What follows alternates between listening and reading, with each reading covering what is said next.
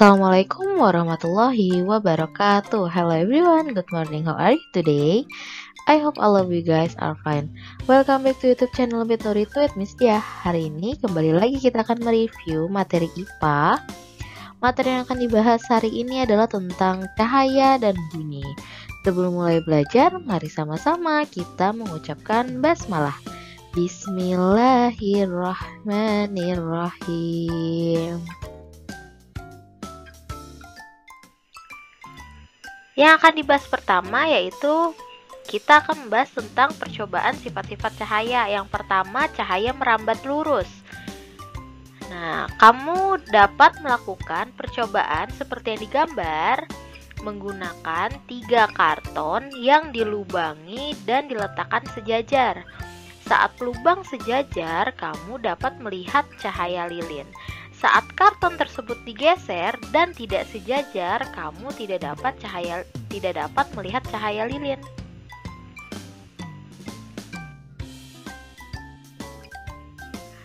Masih melakukan percobaan sifat-sifat cahaya, percobaan yang kedua yaitu membuktikan tentang sifat cahaya menembus benda-benda bening. Pembuktiannya, cahaya dapat menembus benda bening adalah saat senter diarahkan ke papan melalui benda bening. Cahaya dari senter akan menembus gelas dan menyinari papan tersebut.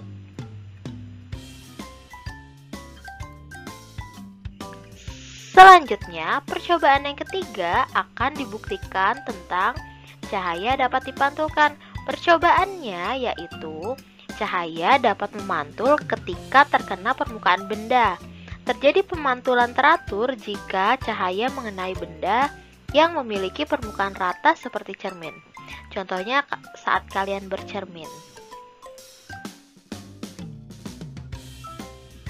Masih percobaan sifat-sifat cahaya. Sifat cahaya yang keempat yaitu dapat dibiaskan atau dibelokkan. Contohnya, yang pertama, pensil yang dicelupkan ke dalam air. Pensil akan terlihat patah dan lebih besar. Bisa dilihat ya gambarnya seperti yang ditunjukkan di video. Nih, ini pensil ini pensil normal, tapi saat dia dicelupkan ke dalam air di dalam gelas, pensil yang ada di bawah sini terlihat seperti patah atau lebih besar. Nah, ini salah satu sifat cahaya dapat dibiaskan atau dibelokkan.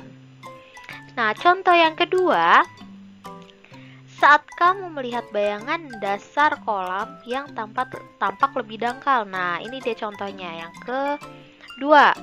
Jadi, kalau kalian ke kolam renang, kalian kalau ngelihat dasar kolam dari atas, dari pinggir kolam, pasti kolamnya akan terlihat lebih dangkal. Nah, itu juga salah satu sifat cahaya dapat dibiaskan atau dibelokkan. Selanjutnya, penguraian cahaya.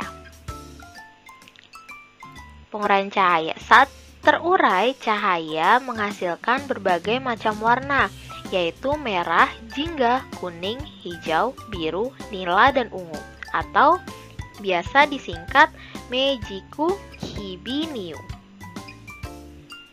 Contoh dari penguraian cahaya yang dapat kita lihat di kehidupan sehari-hari adalah timbulnya pelangi.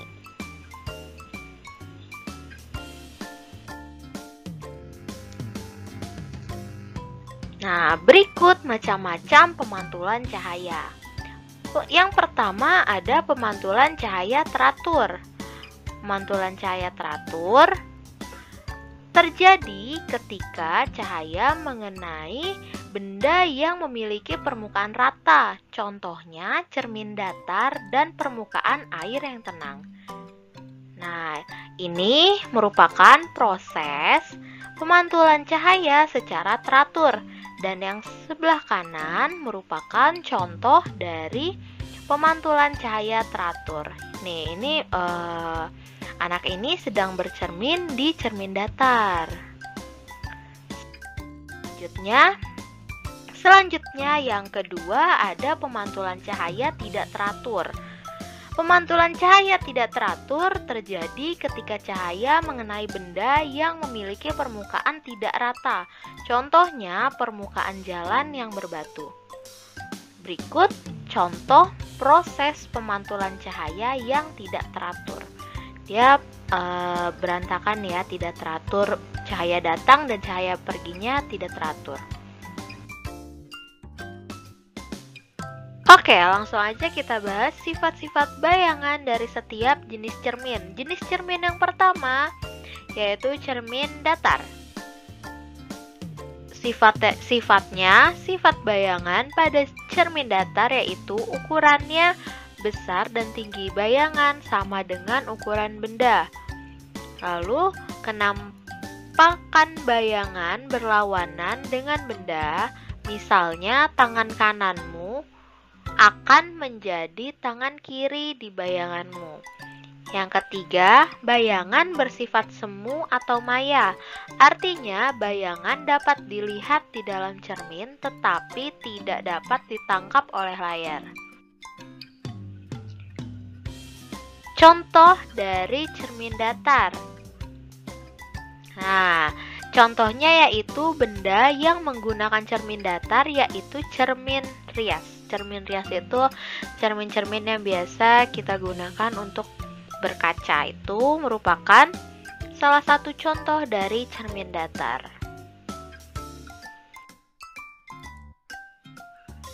Oke, jenis yang kedua yaitu cermin cekung. Untuk sifat bayangannya, yang pertama, jika benda berada dekat dengan cermin cekung, bayangan benda bersifat tegak, diperbesar, dan semu atau maya.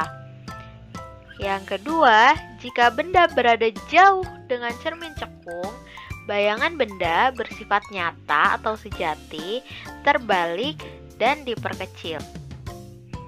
Oke, selanjutnya contoh dari cermin cekung. Yang pertama ada sendok bagian dalam. Sendok bagian dalam itu berarti yang bagian melengkungnya nih, yang biasa kita gunakan untuk makan. Nah, ini merupakan menggunakan cermin cekung, sendok bagian dalam. Lalu yang kedua, lampu senter. Lampu senternya itu bagian cekungnya ada di sebelah sini nih. Ada di bagian lampunya, dia cekung. Kalau cekung itu menjorok ke dalam bentuknya. Lalu yang ketiga ada lampu mobil. Lampu mobil juga sama bentuknya, hampir dengan senter. Dia bagian lampunya sini agak mencekung ke dalam. Itu contoh dari cermin cekung.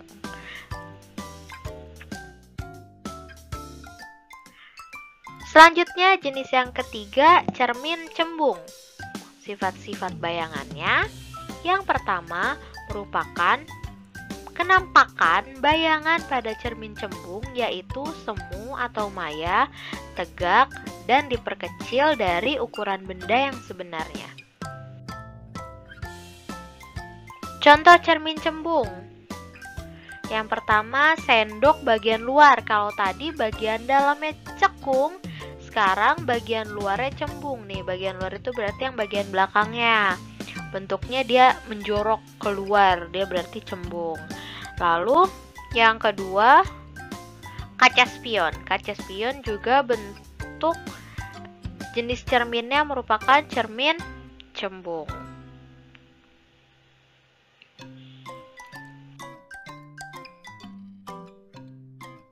Ini kita bahas pertama-tama yaitu sumber-sumber bunyi. Apa itu sumber-sumber bunyi? Setiap sumber-sumber bunyi adalah setiap benda yang bergetar pasti akan menghasilkan bunyi. Sehingga semua benda yang menghasilkan bunyi disebut sumber bunyi. Contohnya yaitu alat-alat musik seperti suling. Nah, suling ini kita memainkannya dengan cara meniupnya pada bagian ujungnya dan menutup lubang-lubangnya untuk menghasilkan nada-nada yang berbeda. Selanjutnya, misalnya gitar. Gitar kita mainkan dengan cara dipetik. Lalu kecapi, sama seperti gitar kita mainkan juga dengan cara diketik, dan masih banyak lain lagi alat-alat musik yang ada. Nah, informasi, telinga manusia dapat mendengar bunyi dengan frekuensi 20 sampai 20.000 Hz. Kemampuan mendengar setiap orang berbeda-beda. Hal itu dipengaruhi oleh faktor usia dan kesehatan telinga. Ya, bunyi pantul. Apa itu bunyi pantul? Nih, misal sebuah kelereng yang kita lempar ke dinding yang keras akan memantul. Begitu juga dengan bunyi. Bunyi juga akan memantul jika saat bunyi merambat dihalangi oleh benda keras. Apa tuh benda kerasnya? Benda kerasnya itu seperti kayu, kaca, dinding, keramik, dan besi.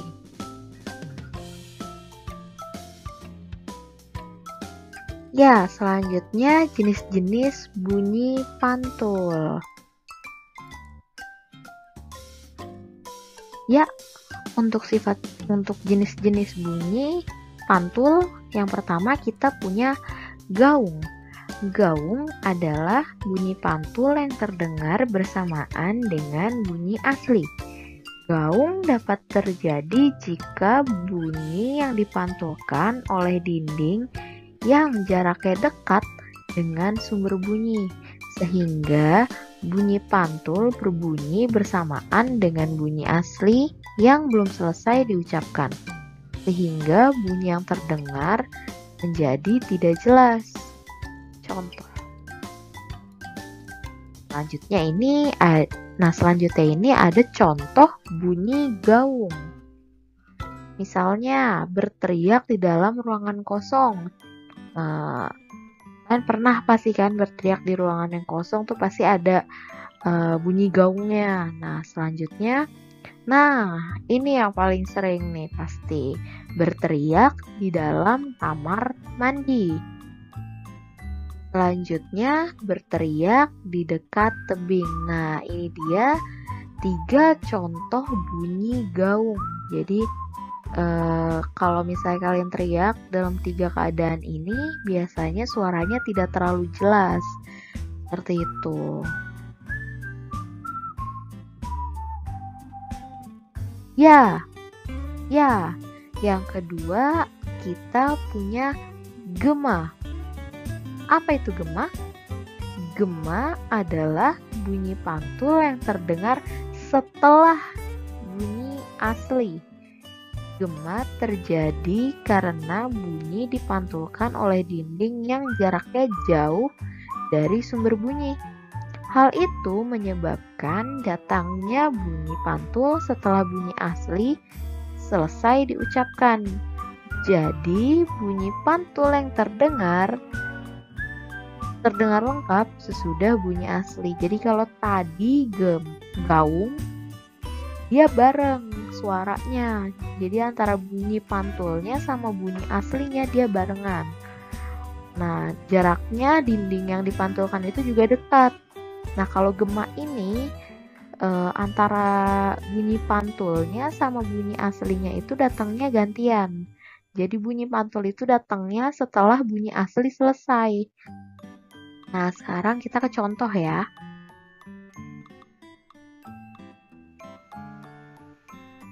Berikut contoh bunyi gema. Yang pertama ada berteriak di sawah yang di sekitar sawahnya dikelilingi oleh tebing atau pegunungan. Selanjutnya yang kedua ada berteriak di lapangan. Berteriak di lapangannya juga termasuk bunyi gema. Jadi ada suaranya fine, tapi dia lebih jelas gitu suaranya dibandingkan bunyi gaung tadi. Selanjutnya ada berteriak di depan goa. Ini dia 3 contoh bunyi gema. Untuk lebih taunya paham, kalian bisa bayangin sendiri Kalian pasti pernah kan berteriak di lapangan. Nah, kalian bandingin antara berteriak di lapangan dan berteriak di kamar mandi. Apa bedanya kira-kira? Yang di kamar mandi suaranya nanti akan terdengar kurang jelas dibanding dengan berteriak di lapangan. Itu dia perbedaannya antara gaung dan gema. Seperti itu.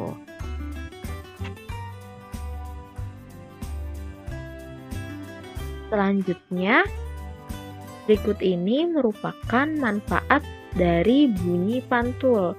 Di bunyi pantul ini juga punya manfaat. Yang pertama yaitu untuk mengukur kedalaman laut. Untuk mengukur kedalaman laut, jadi nggak perlu tuh manusia menyelam sampai ke dasar laut tuh nggak perlu. Jadi bisa memanfaatkan bunyi pantul. Selanjutnya ada untuk mengetahui kedudukan kapal selam. Yang ketiga, untuk mengetahui letak ikan-ikan di laut. Jadi kayak untuk nelayan, kita bisa memanfaatkan bunyi pantul ini supaya tahu di mana letak ikan yang banyak gitu.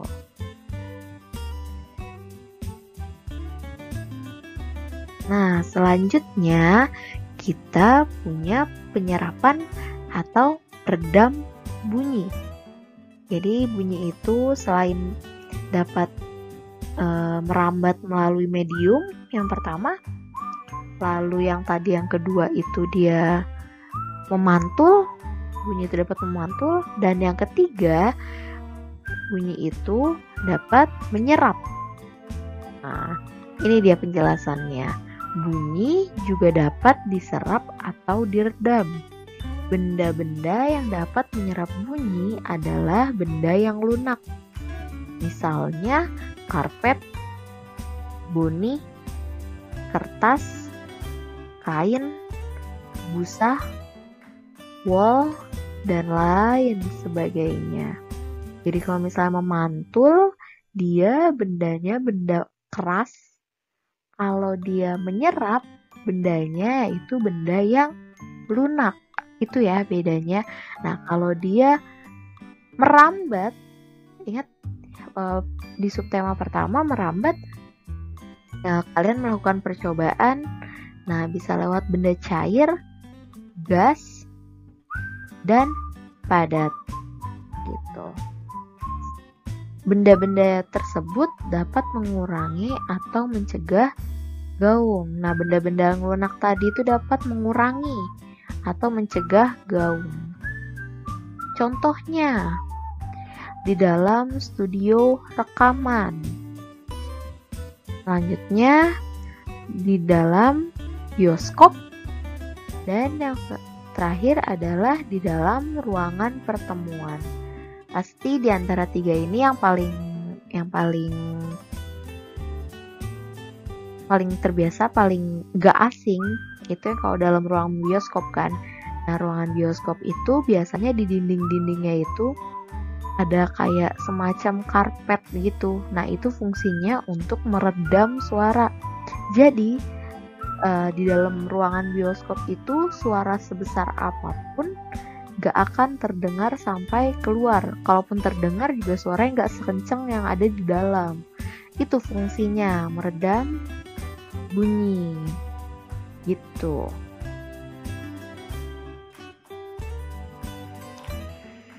Sekian pembelajaran kita pada hari ini. Terima kasih atas perhatiannya. Mohon maaf jika ada kekurangan. Mari sama-sama kita tutup dengan mengucapkan hamdalah. Alhamdulillahirrabbilalamin. Wassalamualaikum warahmatullahi wabarakatuh.